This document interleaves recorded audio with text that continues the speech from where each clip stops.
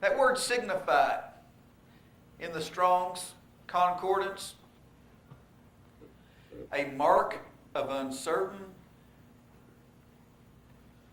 derivation, to indicate or to signify. And so, this was given unto John to signify it by his angel unto John, so that he could understand.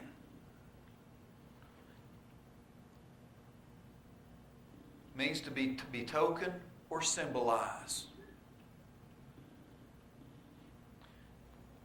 Now there are some that claim that John didn't have a clue what he was writing about. And when it was rewritten and passed on, nobody understood it. It was only meant for us to be understood today. And can I tell you what I would do with a book that I didn't understand? I got some that I've thrown in the trash.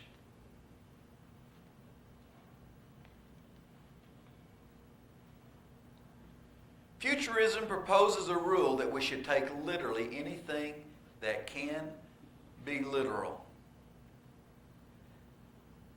They've set that rule forth, but I want you to know that they don't go by it very well. Because like I said, when they get to that word shortly, certainly by their own rule, take it literal if it possibly can be taken literal. They throw that rule out the window to take and twist that word shortly and stretch it for 2,000 years. Since a lamb cannot have 7 eyes, then your futurists will say, well, that's obviously figurative. All futurists, except for my brother-in-law, who says take it all literal even whenever it seems ridiculous. And as I made mention, I run across a group on the internet. They were teaching that the earth is hollow and that there were creatures that live in the hollow earth and it's not got molten lava in the middle of it. Our scientists are lying to us.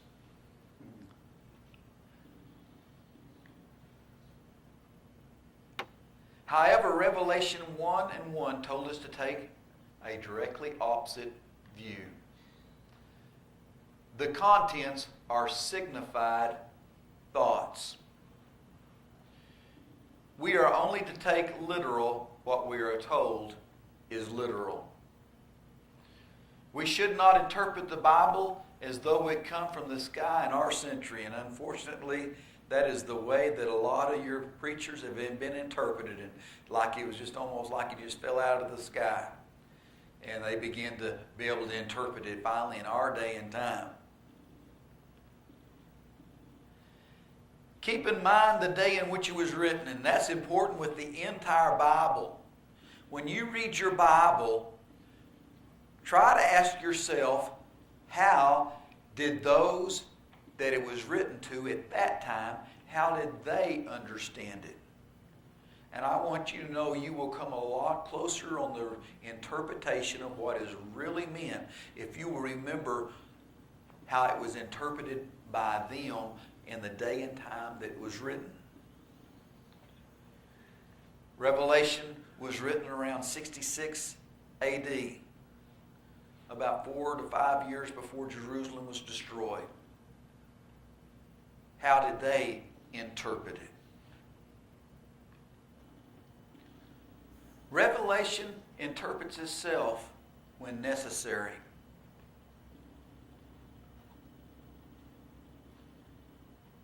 When we go on down into Revelation 17 and verse 9, we can find out what is meant by Revelation 17 and 3. And here is the mind which has wisdom. The 7 heads are 7 mountains on which the woman sitteth.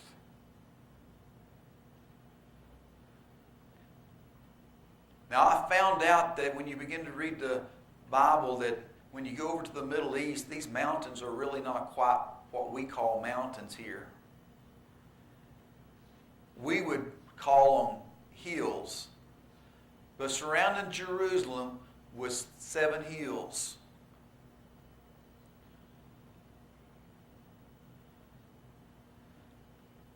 Or actually, I'll read back up just a minute. These 7 hills were where Rome sat.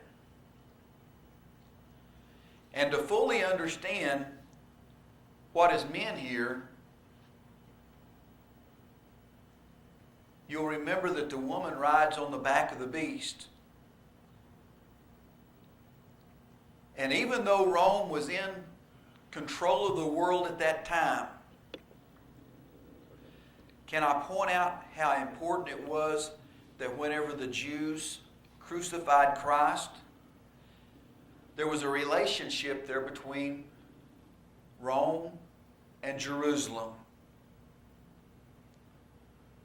While Rome was actually in control, that's the reason why the Jews could not crucify Christ themselves. They couldn't do such a thing because they were under Roman rule. And so in order to have Christ crucified, the Roman government had to crucify him.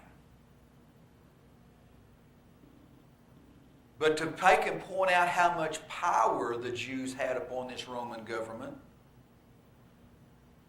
when they demanded that he be crucified, what did Rome do?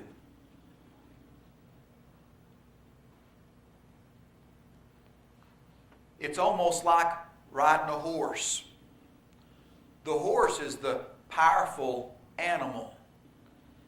And you know, in reality, if that horse really wanted to and really got his mind set to, that there's absolutely nothing that you could do to control that horse, because he's bigger than you are and he's stronger than you are.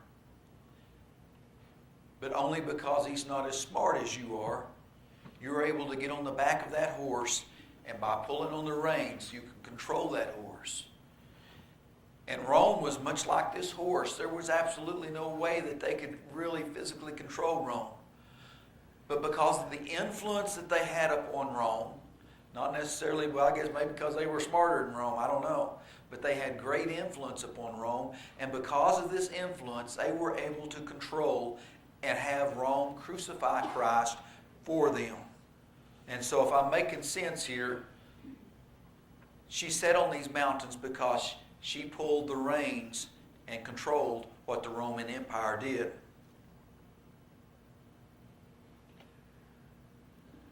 The woman which thou sawest is that great city which reigneth over the kings of the earth. She was that great city. Oh, Jerusalem, Jerusalem. Why was she a woman? Because she was the wife of God. This is whom he was married to in his first marriage. We live for a God that was married once before. Now that would mess up a lot of preachers' theology whenever they take such a hard stand on marriage and divorce. Because God was married to the Old Covenant church, which was the Old Covenant bride. And because of adultery, he put her away and married the New Covenant church, which is us today. We are now the bride of Christ, or the wife of God. We have taken the place of this woman. Another picture for the kids, but she's asleep. Almost got the eyes closed. Here we got you a picture.